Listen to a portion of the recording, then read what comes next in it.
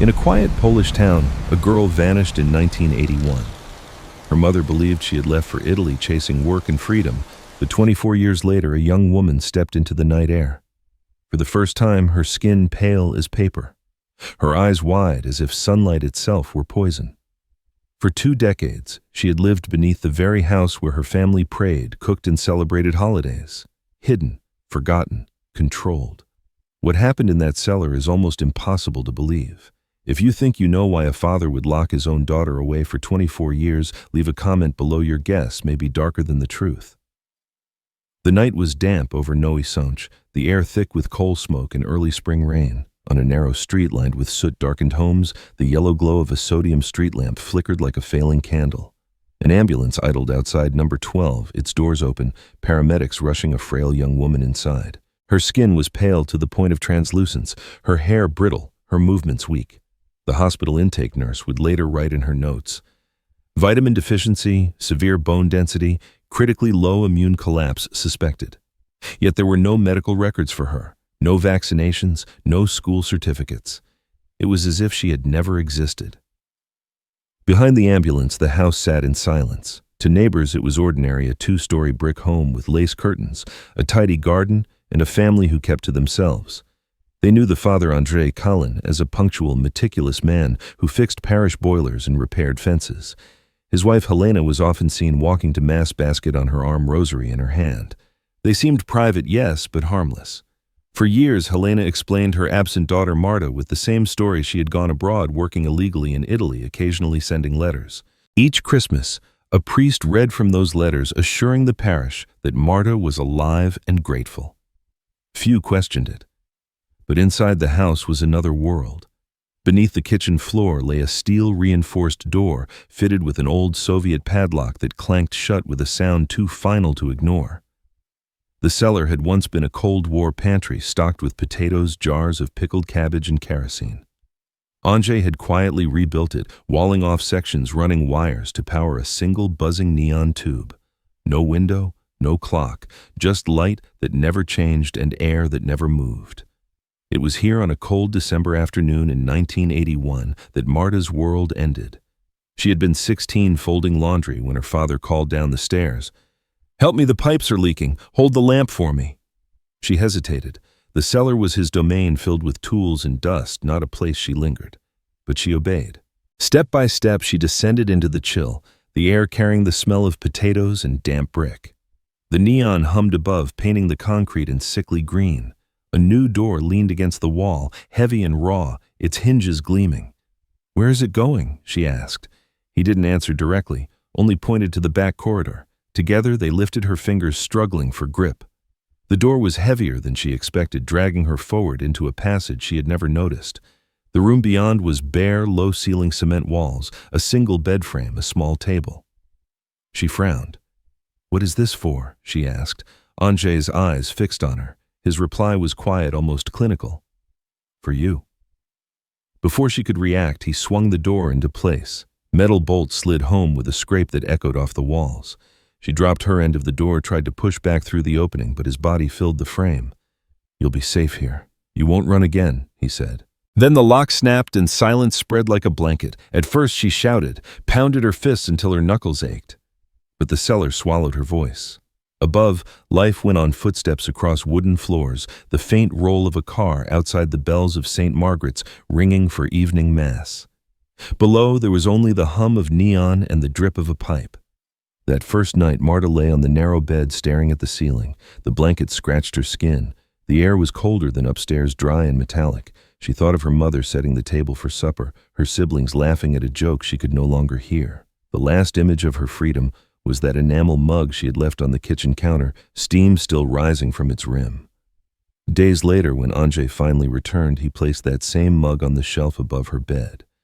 Its side was chipped, the number 81 stamped faintly in blue enamel. Marta understood immediately this was her new clock, her New Year zero. Every morning and every night she would drink from it, marking a cycle that no calendar would honor. The cellar became her entire horizon. She traced the walls with her fingertips, searching for seams, whispering names of places she might never see again. Krakow, Warsaw, Rome. Time dissolved. Sometimes she thought she heard voices in the pipes, faint vibrations, carrying laughter or music from the floors above. She pressed her ear to the cold metal and tapped back 2 knocks, then 3, pretending someone might answer. The pipes gave no reply, but she repeated the rhythm anyway.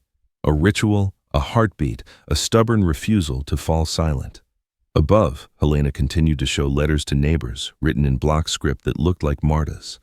She is safe in Italy, they said. She works, she prays, she is grateful. Helena believed them. Why wouldn't she? Her husband assured her the priest confirmed them, and every so often a baby appeared on the doorstep wrapped in a blanket with a note in Marta's hand. Helena never guessed that her daughter was just beneath her feet.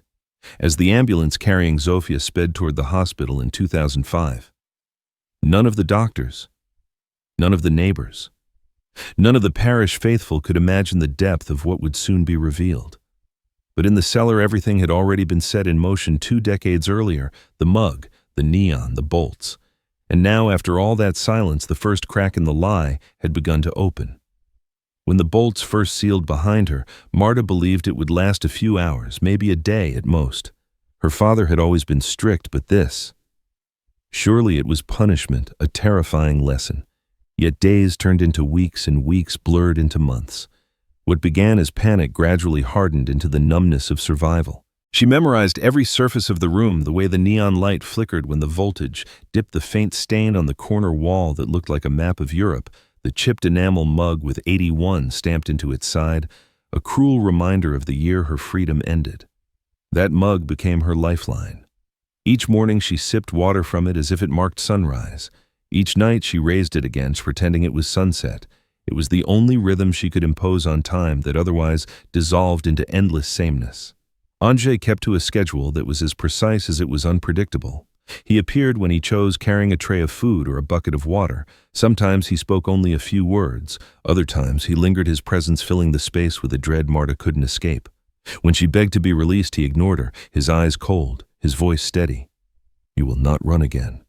As the months stretched on, the control deepened into cruelty. He stopped being her father in those moments. He became a captor whose power was absolute. Marta tried to resist with small acts of defiance. She scratched tallies into the concrete with a nail she had hidden in her pocket. She whispered prayers into the darkness, even when faith felt like another wall closing in. Most nights, she lay awake listening for sounds through the heating pipes. Once she thought she heard her mother's voice calling children to dinner. Another time, faint music drifted down from the radio upstairs, solidarity chants, news of strikes in Gdansk, the Pope's voice echoing across the nation. She pressed her ear to the pipe, desperate to catch every vibration. She even tapped back 2 knocks, then 3, like a secret code to a world that could not hear her.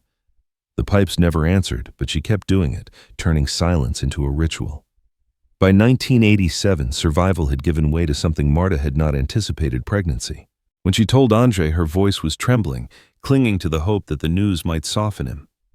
Instead, he brought down a battered midwife's manual and a surplus army medical kit, its canvas sides worn, the instruments rusting in their cloth sleeves. "You'll manage," he said flatly. There would be no doctor, no hospital, no witness. He dropped the manual on the table and locked the door again. The months that followed were filled with fear. Marta studied the diagrams under the buzz of the neon light, tracing the crude illustrations with shaking fingers. She boiled water on a small hot plate, washed and rewaxed the same towels over and over, folding them into neat piles as if order itself could protect her. She talked to the child inside her, promising stories of fields and rivers of apple trees blooming in spring. In truth, she wasn't sure she even remembered the seasons clearly anymore. When the time came, the cellar became a storm. Pain crashed in waves. There was no hand to hold, no gentle voice to reassure her. The neon shone relentlessly overhead, making no distinction between night and day. She followed the steps she had memorized, clinging to the manual's instructions, as if words could replace a doctor. Hours later, a cry pierced the cellar air, thin, high, alive. Marta held her daughter against her chest, wrapping her in a towel, tears streaking her face. She named her Zofia, whispering, "One day you will see the sky." The presence of a child transformed the cellar. It was no longer just a prison. It was now a nursery, a fragile world within 4 concrete walls. Marta learned to pace the floor with Zofia in her arms, walking slow circles to calm her cries. She improvised bottles from jars, nappies from cut-up towels. The air was stale, but the scent of warm milk and the soft sound of a baby's breathing filled corners once ruled only by despair. Still, every joy carried its shadow. When Andrzej entered, Zofia stiffened, crying harder, as if even an infant could sense the danger that came with him. Above ground, the deception continued seamlessly. In 1988, Helena received a letter read aloud at Christmas Mass. "Mama, I am well in Italy. Life is hard, but I am grateful. If you should ever find a child at your door, please care for it as your own." Weeks later, the doorbell rang, and a bundle lay on the stoop. Inside was a baby with dark eyes, Zofia's sister Lydia, whom Andrzej had carried upstairs. Helena wept with joy, believing her absent daughter had trusted her to raise the child. She never guessed that the baby's true mother was locked just beneath her feet, holding another child in her arms. Down in the cellar, Marta's world split in two. She cared for Zofia while imagining Lydia's life above fresh air through open windows, the sound of bells ringing freely, the warmth of the sun. At night, she tapped her code on the pipes, 2 knocks, then 3, hoping somehow that the rhythm would carry across the barrier and reach the sister who would grow up never knowing her. By 1989, Marta was pregnant again. This time, she felt the weight of inevitability, the cruel cycle repeating. The fear was sharper because she now had a toddler clinging to her skirt, asking questions in a voice too small for such heavy truths. Andrzej's answer was the same: another box of supplies, another curt command. Marta closed her eyes and counted the days with the mug marked 81, each sip of water another notch in the long march of captivity. Outside, Poland itself was changing. Crowds filled squares, communism collapsed, a new world was beginning. But inside the cellar, the neon buzzed, the bolts held, and Marta's prison remained timeless. What she did not know was that these small cracks, the pipes, the mug, the letters, were slowly becoming the very clues that would one day expose the truth. The winter of 1989 pressed cold against the walls, but Marta barely noticed. Her second child, a boy she named Piotr, had just been born. His first cries were swallowed by the same concrete that had muffled every sound of her life for 8 years. Zofia, now a toddler, reached for the newborn with wide eyes, trying to pat his cheek while Marta wept silently. 2 children in a room that was never meant for life, she wondered how many times her body could endure this cycle. Every detail of her world was improvised. Clothes doubled as diapers boiled, water sterilized the same 3 glass jars again and again. The army medical kit Andrzej had given her remained their only supply, scissors dulled from use, bandages yellowing with age. Marta's back ached constantly, not only from childbirth, but from hours of stooping to keep the children quiet and entertained. When Zofia toddled across the floor, Marta clapped softly, forcing cheer into her voice, while inside she fought despair. Above ground, life for the Collin family looked different. Helena received another Italian letter, telling her that Marta had left Piotr with his grandfather. Soon after, Andrzej appeared at the parish with a bundled baby girl, Lydia claiming she had been left at the door. The parish priest baptized her neighbors, knitted sweaters, and Helena sang lullabies, convinced her daughter was alive but unwilling to care for her children. No one questioned the story. In a town where people often left for work abroad, such things, though sad, were not unthinkable. For Marta, the lie cut like glass. She imagined Lydia under open skies, touching grass, seeing the sun. Meanwhile, Zofia's only sky was neon. At night, Marta whispered to her daughter about rain on rooftops and snowflakes melting on mittens, trying to give her a childhood made only of words. Sometimes she pressed Zofia's hand against the heating pipe and tapped their secret rhythm, 2 knocks, then 3. They pretended someone far away was answering. By 1992, the cellar was crowded with 3 children. Marta rearranged everything. She pushed the bed against the wall, stacked boxes higher, cleared a space for them to play. She scratched letters into the wall, teaching Zofia to read and Piotr to recognize his name. The sound of their voices, soft and hesitant, was her shield against despair. She turned an old ration tin into a toy drum, a string into a bow. To them it was magic, to her it was survival. But survival was fragile. In 1996, Marta gave birth to twins Jan and Mateusz. The room could barely hold them all. Supplies were thinner than ever. Andrzej provided some towels, a few jars of food, nothing more. From the start, Jan was weaker. His cries were shallow, his skin pale, his breath rattled. Marta begged Andrzej to take him to a hospital. She fell to her knees, clutched his sleeves, and promised silence if only the baby could see a doctor. His answer was cold. No one can know. For 3 days, Marta fought to keep Jan alive, wrapping him in her arms, heating water endlessly, pressing her cheek against his tiny face. On the 4th day, his cries stopped. Marta screamed into the walls, rocking and begging God for a miracle. When Andrzej came, he took the body wordlessly. Later, she learned he had burned it in the household furnace, reducing her child to ash. Mateusz survived, but Andrzej soon carried him upstairs, leaving him at the doorstep with a forged letter. Helena found him, and as always believed. She knitted a blue cap, kissed his forehead, and told the parish that God had blessed them again. No one questioned how so many babies arrived at one doorstep, always tied to Marta's name. Instead, they praised Andrzej's patience and charity, seeing him as a man burdened with a careless daughter's choices. In the cellar, grief settled like a new layer of cement. Marta scratched Jan's name into the wall beside her tallies, then pulled threads from a burlap sack and began stitching over them, turning her crude calendar into a tapestry of survival. Each year was a band of color, each child a stitched star. Zofia and Piotr helped, adding tiny marks for their birthdays. It was more than a record, it was proof that they existed. Yet moments of fragile hope flickered even here. Piotr found a potato with a sprouting eye. He planted it in a tin under the neon lamp, calling it his sun plant. Marta smiled, though the sight made her heart ache. The sprout grew thin and pale, straining toward artificial light until it wilted. She buried it in a bowl of soil, whispering, "One day we'll plant another in the real sun." Above, Andrzej's deception deepened. Neighbors remarked on the children's similar eyes, but dismissed it as coincidence. At parish gatherings, he smiled, carried boxes for the priest, and spoke little of Marta. Helena, proud but weary, clung to the letters as proof her daughter was alive. She kept them in a small wooden box beside her Bible, rereading them whenever doubts crept in. By 1998, a full decade had passed since Marta's captivity began. Zofia was old enough to sense that their world was not like others. She asked why the light never changed, why there was no window, why her friends existed only in stories. Marta stroked her hair and told her about clouds and rivers, describing them with such detail that even she could almost believe. But when Zofia tapped on the pipes and asked, "Does anyone really hear us?" Marta had no answer. What she did not realize was that upstairs, small cracks in Andrzej's story were beginning to show. A parish secretary noticed dates in the baptism ledger that didn't align with the supposed Italian letters. It was a detail too minor for suspicion then, but years later it would matter. For now, Marta clutched her mug marked 81, counted her children's breaths in the silence, and told herself she could endure. She had to. For Zofia, for Piotr, for the children who would come. By the late 1990s, the house on the quiet street in Nowy Sącz looked unchanged from the outside curtains, drawn garden-trimmed Andrzej Collin walking to the market with his precise stride.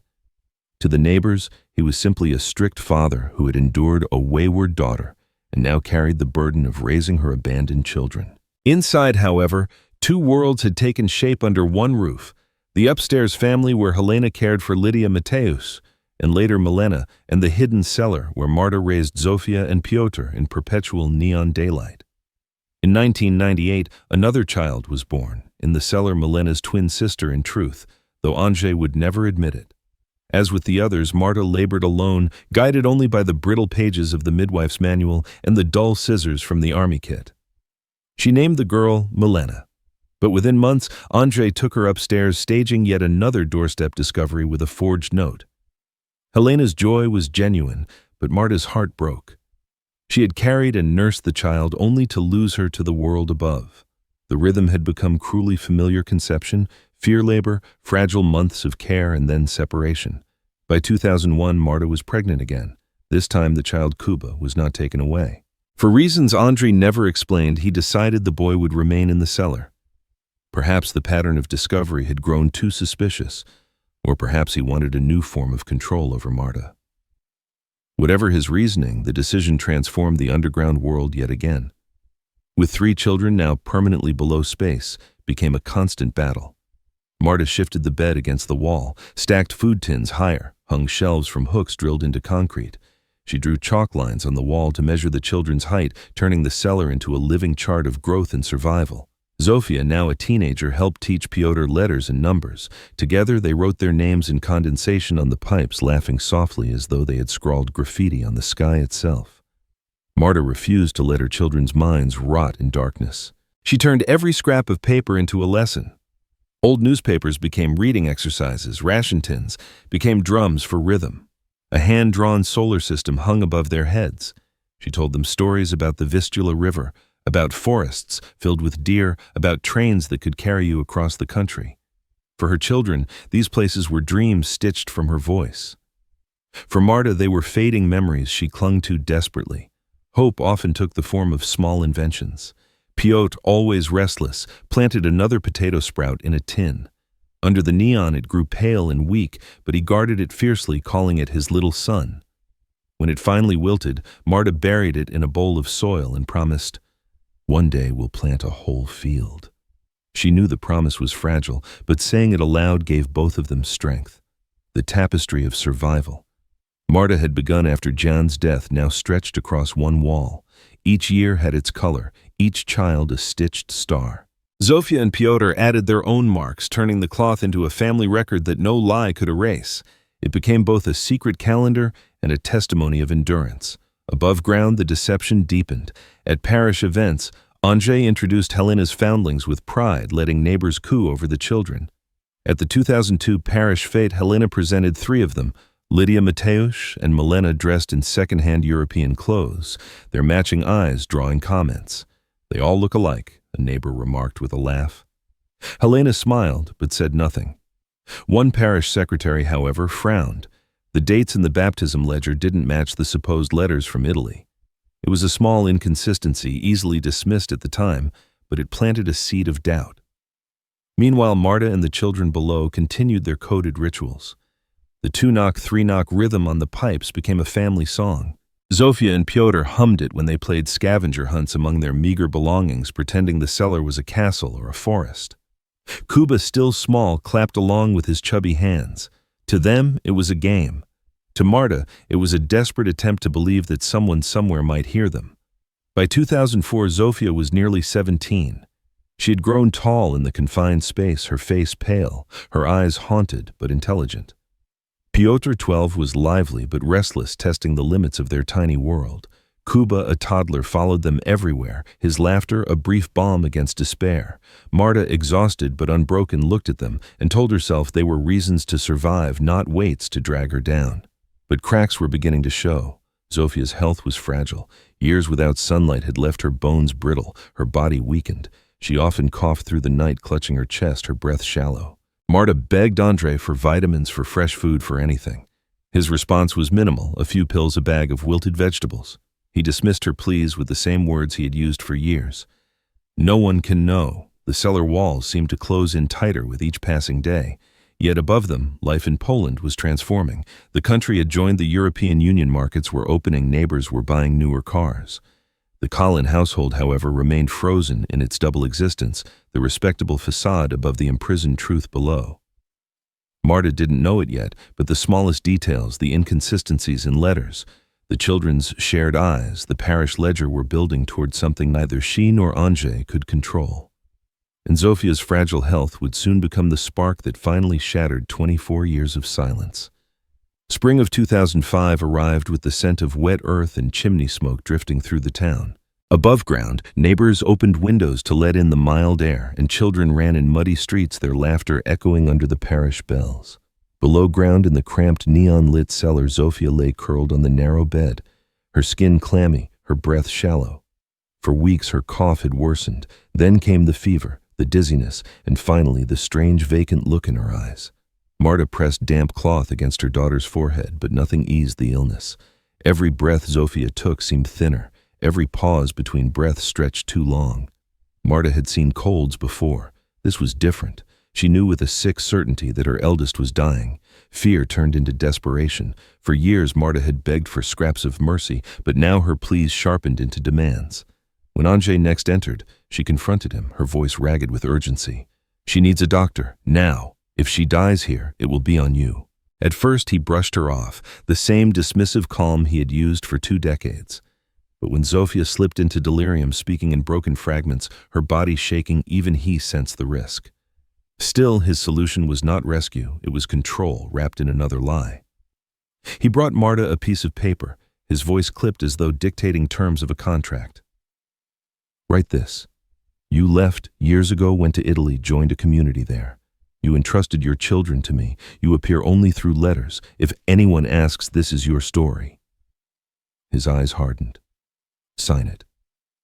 Marta held the pen with trembling hands. The words felt like chains tightening, but she signed knowing it was the only way her daughter might see help.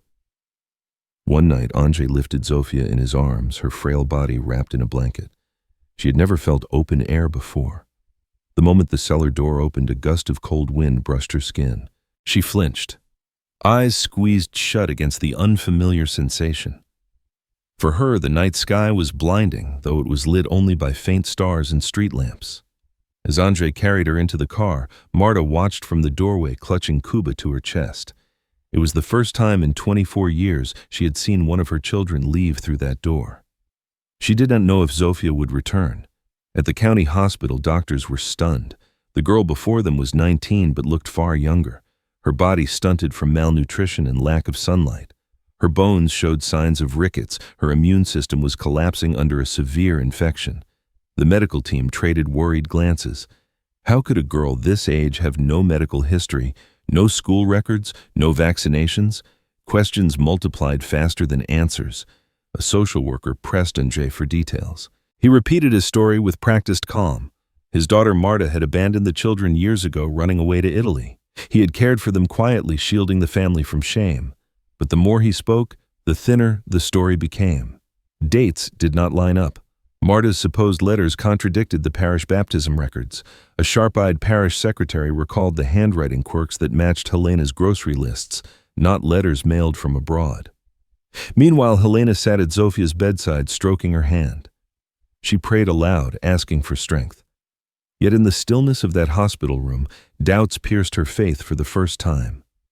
She studied the letter Andrzej had produced. The handwriting, blocky, careful, was achingly familiar. It was not her daughter's distant message from Italy. It was the same hand that had written shopping lists for cabbage and flour.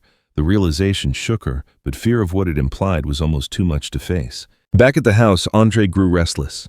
He paced at night, checked locks and reinforced bolts. He knew the hospital staff were asking too many questions, their suspicion tightening like a noose. The story he had built for 24 years was cracking under the weight of scrutiny. In the cellar, Marta sensed the change. Pyotr asked why his sister hadn't returned. Kuba clung to her skirt, crying when the locks clanged above. Marta tried to calm them, telling stories about Zofia walking in a meadow, feeling real sunlight. She spoke softly, but inside she was breaking. Every sound from the pipes made her tense. Every hour stretched into dread. She knew that one way or another, everything was about to change. For the doctors, Zofia's condition was urgent. Her infection was severe, but the deeper mystery was her life itself. Who was she? Why had she never seen sunlight? Why were there no records of her existence? When the hospital contacted authorities, the case moved from medical to criminal. Police began to investigate quietly at first, then with mounting suspicion. A building inspector noted that the Callan house had a walled-off section of the cellar, never certified after 1982. That fact, once irrelevant, now became a red flag. Andrzej felt pressure closing in. He told Marta she must prepare to confirm the story in person. When the time comes, you will say exactly what I tell you. If you don't, they will take everything from you, from the children. His threats were sharp, honed by years of power, but for the first time Marta felt something shift. The walls of lies he had built were no longer unbreakable. The question was no longer whether the truth would surface, it was how and when and what it would cost them all. The night air of April 2005 cut sharper than Marta remembered air could feel. Andrzej gripped her arm as he led her through the quiet streets, rehearsing the lie he expected her to tell. You left for Italy. You joined a group. You gave me the children to raise, nothing more. His voice was as cold as the padlock that had sealed her life away. For 24 years, Marta had obeyed. But as she inhaled the raw scent of wet leaves and chimney smoke, something inside her cracked open. She was breathing freedom again, and with it came the courage she thought she had lost. At the police station, officers listened carefully as Andre repeated his story word for word like a script he had recited for decades. But when it was Marta's turn, her voice trembled. At first she spoke cautiously, each word weighed down by fear. Then slowly she let the truth spill out. She described the December day in 1981 when he had lured her downstairs with talk of leaking pipes. She told them about the neon light that never turned off, about the mug marked 81 that had become her only clock, about Zofia and Piotr learning letters traced in condensation on the pipes, and Kuba's laughter echoing in the dark. She spoke of Jan, the twin, who had lived only 3 days, whose tiny body had been burned in the furnace, and she told them how above their heads 3 other children had grown up under false names, never knowing their mother was only a few meters away. The officers sat in stunned silence. The story was almost too monstrous to believe, yet Marta's detail was undeniable, too vivid, too consistent, too raw. When they promised her protection, when they swore her children would be safe. Marta wept openly for the first time in years. She had carried the weight of silence for so long that speaking the truth felt like breaking a curse. That same night, police raided the Kalin home. Helena, bewildered and terrified, watched as officers forced open the locked door Andre had guarded so obsessively. The sound of the Soviet padlock snapping echoed like a gunshot. Behind it, in the hidden chamber, they found Piotr and little Kuba, wide-eyed, clutching each other under the harsh neon glow. On the wall hung the tapestry of survival, each year stitched in colored thread, each child a star sewn by trembling hands. On a shelf sat the enamel mug, chipped but intact, its faded 81, now evidence of the years consumed. Helena collapsed into tears when the truth unfolded. She begged to see Marta, begged forgiveness for never suspecting. "How could I not hear you?" she cried. Marta, exhausted, held her mother's hands, torn between relief and grief. For Andre, the end was swift. He was arrested on charges of false imprisonment, rape, coercion, and the murder of Jan. At trial, prosecutors laid out the years of secrecy, the lies the children divided into 2 worlds under one roof. Witnesses spoke of the parish letters, the strange coincidences, the ledger dates that had never matched. The sentence was life imprisonment. The man who had built a private empire of control now faced his own confinement, this time under the state's lock and key. But the story did not end with his arrest. For Marta and her children, freedom was both salvation and shock. Doctors treated their brittle bones with vitamin D lamps. Psychologists spoke gently, teaching them how to step into a world they had only heard of in stories. Zofia, her body slowly healing, stood by a window for hours, staring at the play of light across dust motes, whispering that it looked like snow falling sideways. Piotr, restless, walked barefoot in grass for the first time, marveling at how it bent and sprang back. Kuba, still young, laughed at dogs barking in the distance, amazed that animals lived outside of pictures. Healing would take years, perhaps lifetimes, but for the first time, Marta and her children were together in the open air. The tapestry was brought with them, a record of endurance displayed not as evidence of suffering, but as proof of survival. As for Helena, she lived with unbearable regret. She had raised 3 of her grandchildren, believing them abandoned, never knowing their mother was trapped beneath her feet. The parish community, once deceived by forged letters, rallied around the family with quiet compassion, leaving food at the hospital, sending prayers and writing messages of support. In the end, the Kalin story was not only about cruelty, but about silence, how it can conceal horrors, how it can blind even those closest, and how breaking it can finally set people free. Years later, Kuba would be seen standing at a window, running his small hand through a shaft of sunlight, dust swirling around his fingers like golden threads. For him, light was not ordinary, it was a miracle. And so we are left with a question: how do you measure time that has been stolen, and what do you call the years that remain? If you want to hear more hidden histories like this, subscribe to our channel, because the darkest secrets are often buried closest to home.